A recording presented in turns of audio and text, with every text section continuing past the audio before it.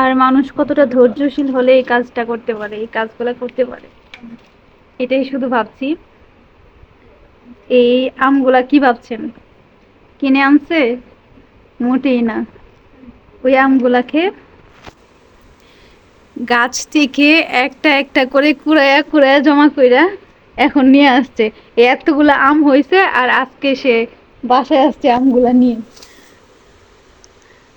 আর সত্যি আমগুলা সত্যি দেখতে, দেখতে তো পাচ্ছেন একবারে রসগোল্লার মতো, কত সুন্দর আমগুলা। লিচিগুলা কিনে নিয়ে আসছে, বাট আমগুলাকে একটা একটা করে গাছ থেকে পড়ছে আর ওইগুলা জমা করছে। এই কতটা ধৈর্যশীল হলে মানুষ এই কাজটা করতে পারে।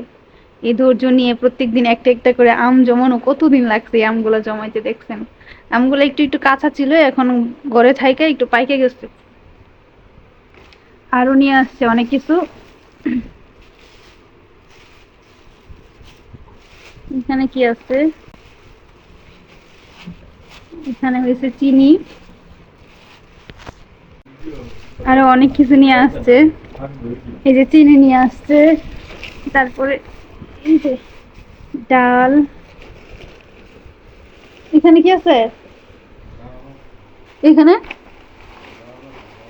এটা তো ডাল না চিনি। এই যে এখানেও চিনি। এইগুলা সব ভাইয়ার অফিস থেকে দিছে, ভাইয়াদের ক্যাম্পের গাছ থেকে কিন্তু এগুলা পাড়া। এই যে চিনি, চিনির বস্তা নিয়ে আসতে একবারে।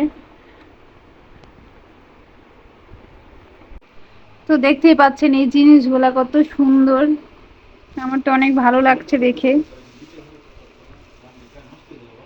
আম তো খাবো কই, আমার জন্য কাইটে রাখছে আমগুলো, গুলো দে।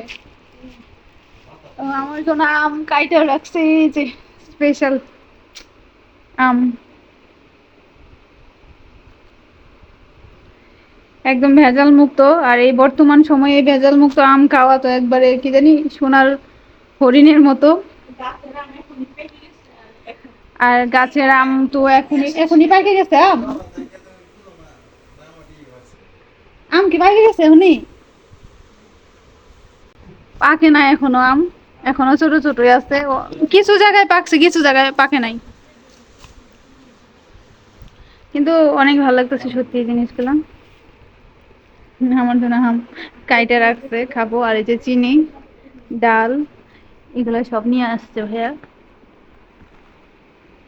ঠিক আছে, থাকেন তাহলে, আল্লাহ হাফেজ সবাইকে।